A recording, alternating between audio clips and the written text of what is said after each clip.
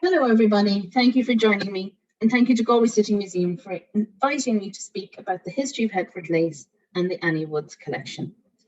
My name is Norma Owens, and I'm a researcher for Headford Lace Project. I'll begin by giving you an overview of the history of Headford Lace to give some context for this, and then I'll go on to talk about the lace in the Annie Woods collection and the significance of that. For those not familiar with the area, Headford is a town in the west of Ireland, about a 30-minute drive northwest of Galway City. And it was here in 2016 that an arts festival called the Nesting Lark took place. It was a pilot project for the Small Towns Big Ideas strand of the successful bid for Galway 2020 European Capital of Culture. In the festival, artist Selma Macallan created an art installation along the main street. It took the form of a series of bird boxes, each one examining some aspect of Headford's history. The one shown here was done in collaboration with the Girls' National School and looked at lace making. This piqued the interest of several members of the community who came together to form Headford Lace Project, which is a community initiative, a voluntary group established to research, revive, and reimagine the lace-making heritage of Headford. As the group began, very little was known about Headford lace. In fact, only a handful of people in the town even knew that the lace-making industry ever had existed. In fact, a 1985 newspaper report that says that for the quincentennial celebrations in Galway in 1985, an effort was made to find a piece of Headford lace, and it was unsuccessful. Thankfully, the Headford Lace Project had a little more luck, and they uncovered this precious fragment. It's believed to have been made about 1904, and it was given to Sandra Joyce, a local crochet teacher, by Mrs. Mary McDonough of Moyne Hill in Headford. McDonoughs were the last family to live in Headford Castle prior to its accidental burning in 1906. And this again just goes to show how precious this little fragment of lace is, in that it did survive the fire to tell its story today. Headford lace is a bobbin type lace, specifically a type known as Torchon. When many people think of lace, they imagine flower motifs or leaves, but Torchon lace is very geometric. It has diamonds, triangles, chevrons, and sometimes a scalloped edge formed by bands. It is worked using thread on pairs of bobbins hung from pins and worked on a pattern on top of a pillow. The pins hold the threads in place until the lacemaker has worked in the stitches, after which the pins can be removed and the textile holds its form. And all of these pieces of equipment used to produce the lace are what give it its name. Bobbin lace is what it's more commonly known as now, but historically it was also referred to as pillow lace or cushion lace or sometimes even bone lace, because there are records of some lace makers in England using fish bones where pins were not available. And sometimes the bobbins were made from bone rather than wood. So any of these terms could be used to describe bobbin lace. We know that bobbin lace making as an industry came to Headford about 1765. And we know this because 100 years later, during the Victorian era, there was an exhibition held in Dublin. It was one of these that was formed part of the craze the Victorians had at the time for industrial exhibitions. And a piece of Headford lace featured in it. A catalogue went along with the exhibition, and for the catalogue, correspondence were sent to the different parts of the country from which pieces were coming to the exhibition, and one of these was Headford. And the correspondent reports back, and he then talks about 100 years prior. So about 100 years prior to 1865 gives us the date 1765 as a rough date for the origin of the Headford lace industry. The correspondent simply says, one of the ladies of the St. George family established a school for the instruction of girls in pillow lace making. And this highlights one of the great difficulties anyone researching women's history has, because Where women were mentioned, they were very often not named, as is the case here. The St. George's were the landlords in the town, and they were granted Headford Castle under the Settlement of Ireland Act in 1652. When we follow the genealogy of the St. George family and trace the ownership of the castle, the most likely candidate for being the person who started the Headford lace industry is Mary St. George, otherwise known as Molly. And she had inherited the castle from her father. By 1774, she had actually signed it over to her son, but he then left to fight for the British and the American Revolution, so she maintained administration of the castle and the estate at Headford. Because the castle was vacant with her son out of the country, in 1775, she ran a series of advertisements advertising that the castle was for rent. And she stated in it that she would give preference to a tenant who would promise to commit to the development of the town. So this gives us an insight into the kind of person Mary St. George was and her intentions for the estate and the town of Headford. And indeed, her enterprise in bringing lace making to the town was successful because there are reports that the prosperity of the place increased and merchants, travellers visited it to buy the lace and leave extensive orders.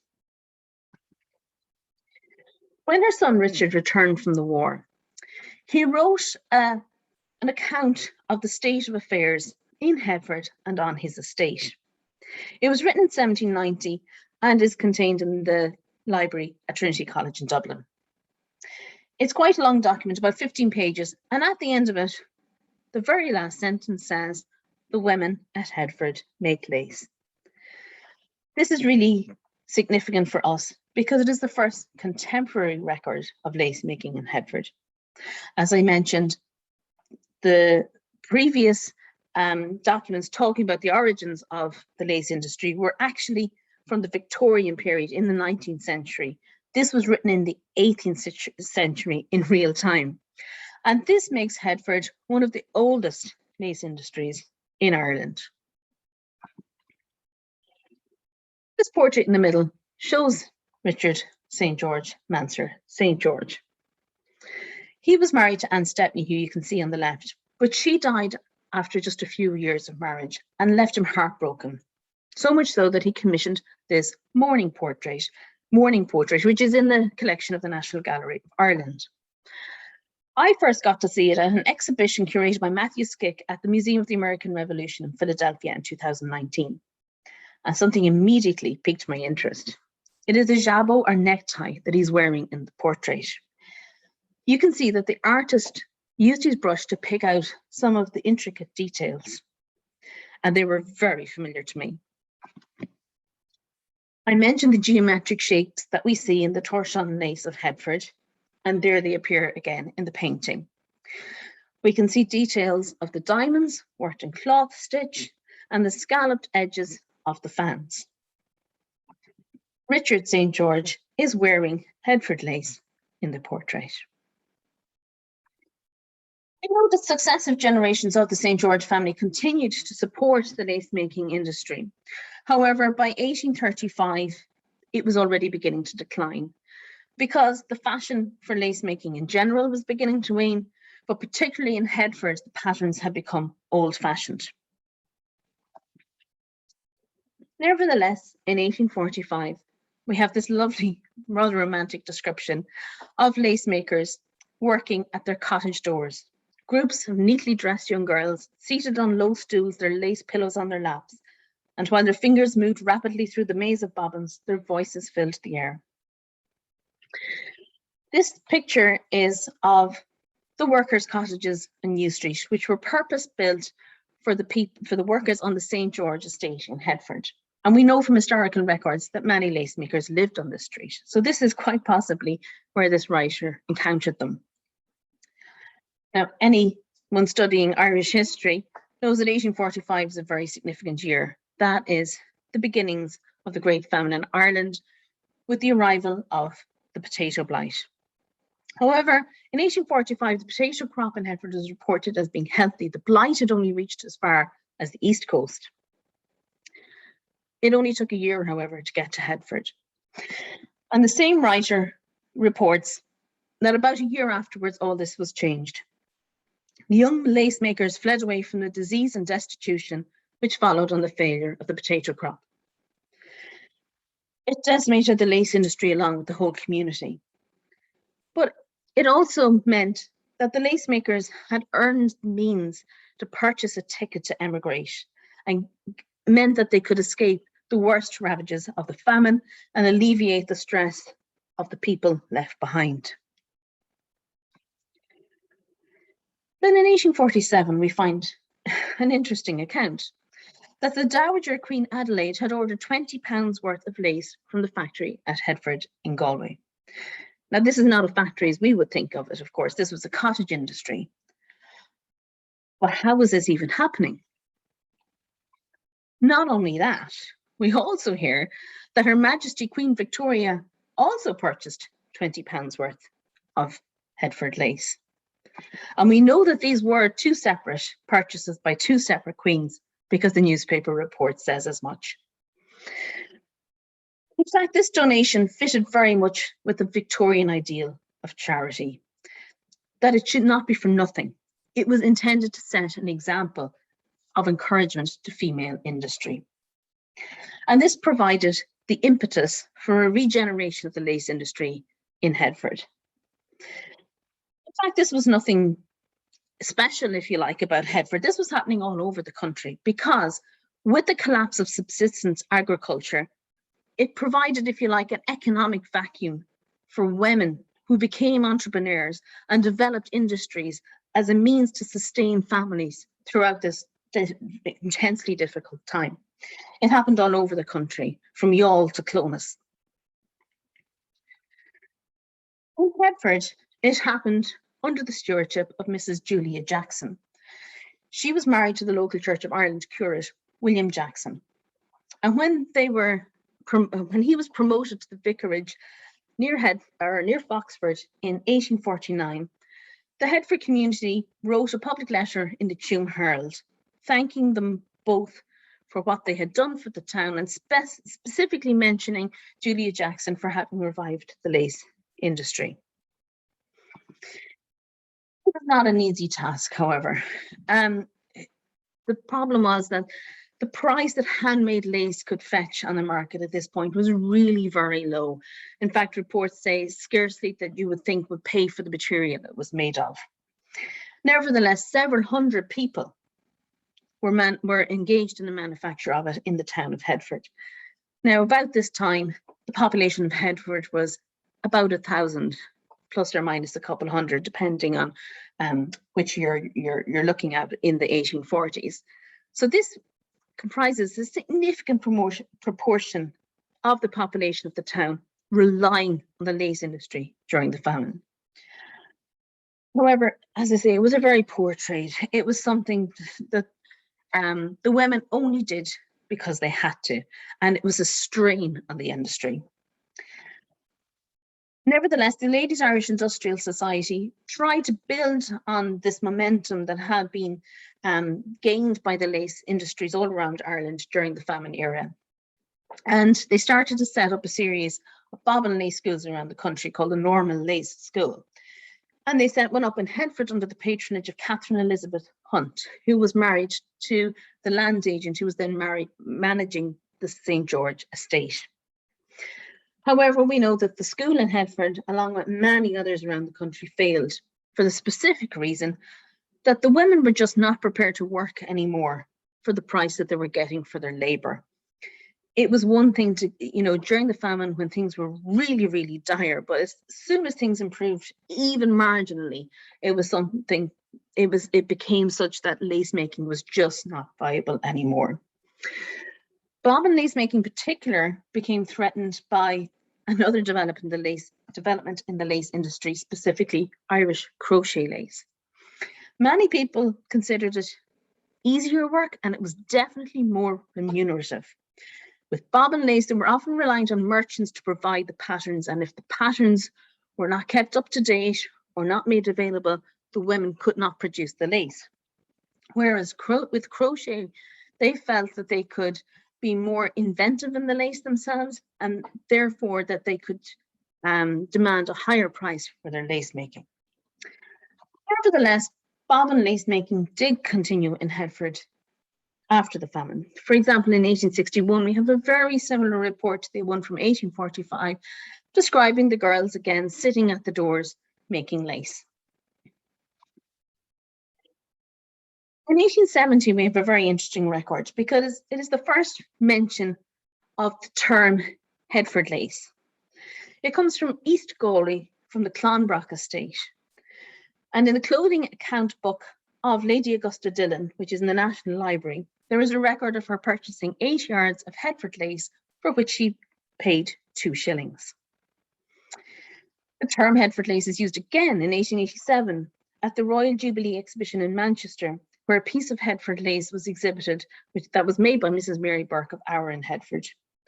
And in 1894, a piece of Headford prize lace was donated to a charity bazaar in Ballinrobe by Mrs. Eleanor Fahey.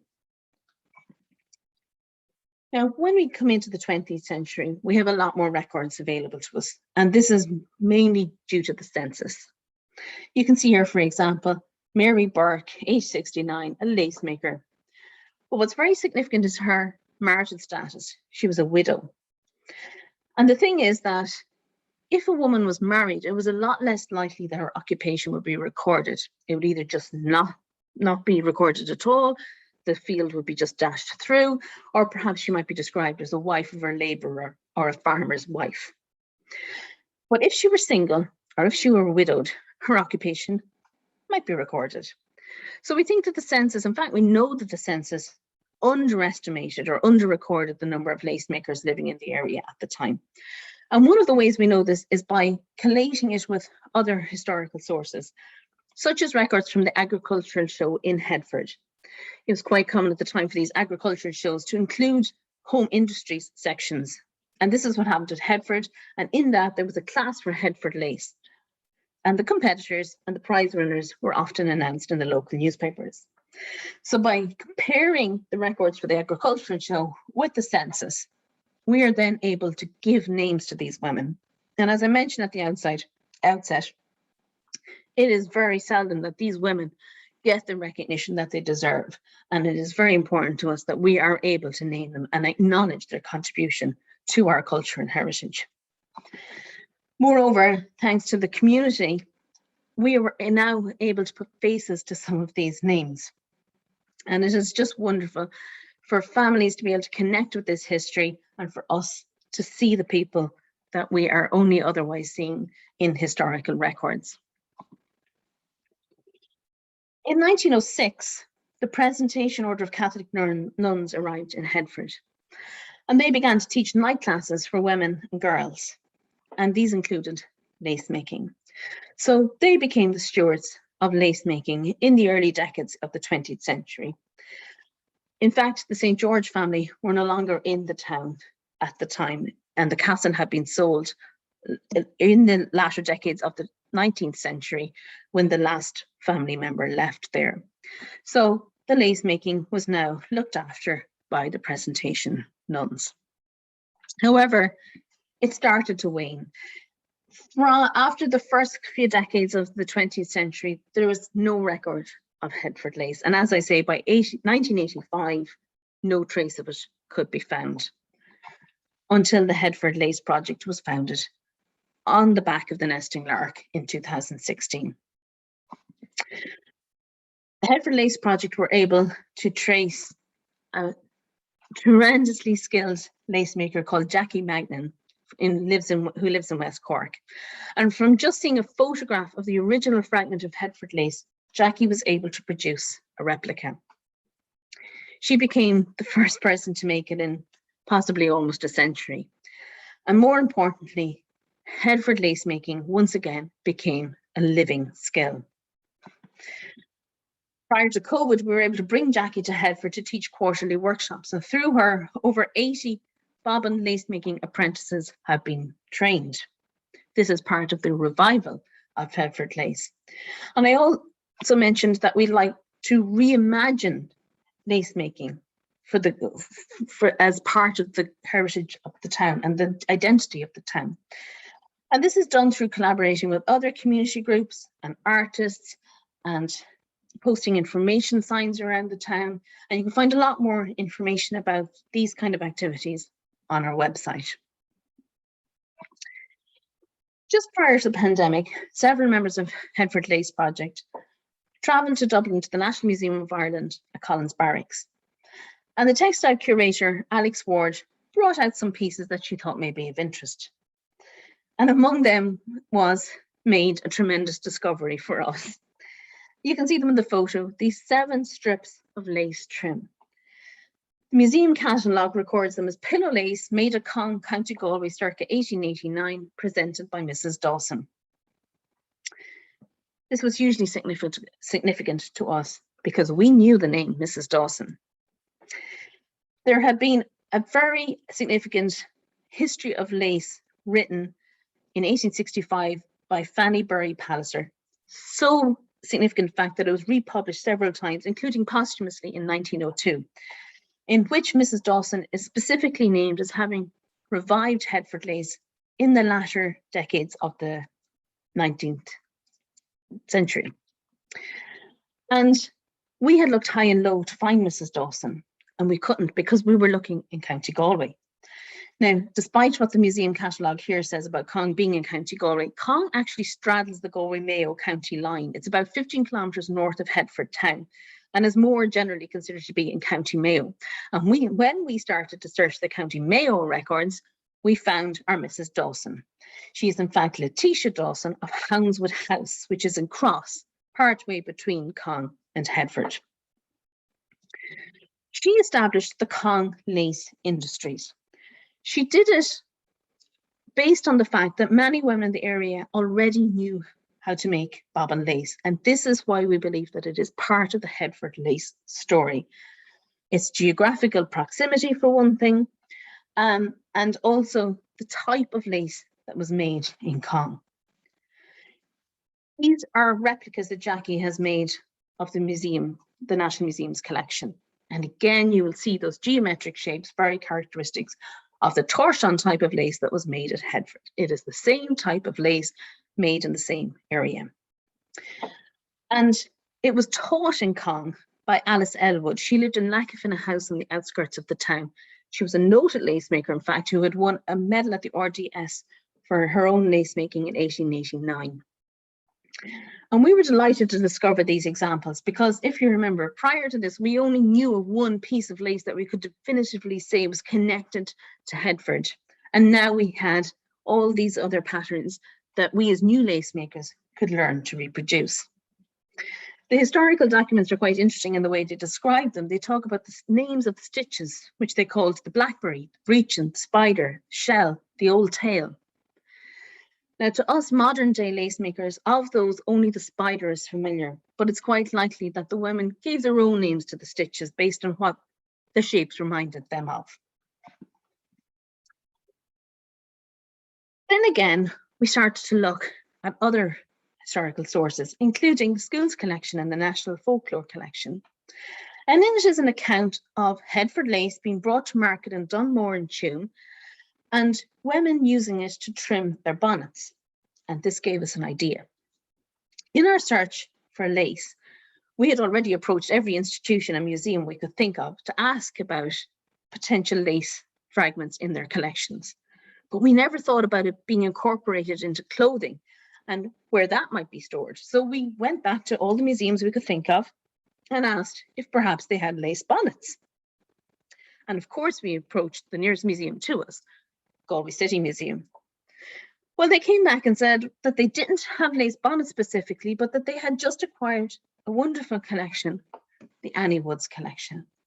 Now, the pieces in it are exquisite, and any person interested in textiles will just be so excited by it. But one aspect of it in particular caught my eye. It was a set of 4 coasters, and you see a picture here. Each of the coasters are about 10 centimeters, and they're worked in a natural colored off-white thread. The coasters are tacked to blue tissue and sealed in cellophane envelopes, some of which are secured with sellotape. If you look at this piece, it's not a piece of trim lace like we saw in the other examples from Cong, but it is very definitely a Torchon lace. You will recognize again those geometric patterns and the scalloped edges familiar from other pieces that are associated with the Headford lace industry. It most likely is connected to Headford. We can't say definitively because unfortunately nobody actually wrote Headford lace on it, but these are the reasons that we think that it is likely connected. First of all, there's the County Galway origin of the collection. Annie Woods lived in Saltell and the collection was with the family all along. The type of lace, as I said, it is also a Torchon style bobbin lace, which is the same as that was made at Headford. And the date, the textile conservator Roisin Miles has dated the packaging, specifically the sellotape, to about the 1930s. And we know that this falls within the latter end of the active period of the Headford lace industry. And because samples of Headford lace are so rare, this has huge significance for us. If we look at the stitches on it here, there's something I'd like to say about it. Unfortunately, it wasn't possible to get a picture, but I observed something in person, and I hope that someday this exhibition will be on display. And when you get a chance to see it, I want you to see if you can spot this. If you look at the corners of the coasters, the fan shapes are worked in what we call a twisted stitch here, or a hole stitch. However, one of the coasters, part of this fan shape is actually worked in a different stitch, a cloth stitch or linen stitch. And it's interesting because it shows the handmade nature of the pieces. And in fact, there was a period in history after machine-made lace became very popular, where those kind of mistakes added value to a piece because it was proof that it was handmade and not machine-made. And for me, it made me really feel connected to the person who had produced these beautiful pieces of lace, to see her workings and those little slip-ups, which all of us lace makers make from time to time. And as I said, it's so important to have another piece of lace that can become part of the revival of lace making in the county. On the left here, you see the original coaster from the Annie Woods collection. From that, I was able to produce a pattern, and on the right, you see a replica that I made of the original coaster. So the Annie Woods collection becomes part of the living activity, the living heritage of lace making in County Galway. And in fact, just a couple of weeks ago, Headford lace making was added to the National Inventory of Intangible Cultural Heritage. And by contributing to this living skill of lace making, the Annie Woods is contributing to this intangible cultural heritage in a very tangible way. I hope you enjoyed this. It has been a very brief overview, and if you want more information, there is lots more to be found on our website at headfordlaceproject.ie. Ver maith giall.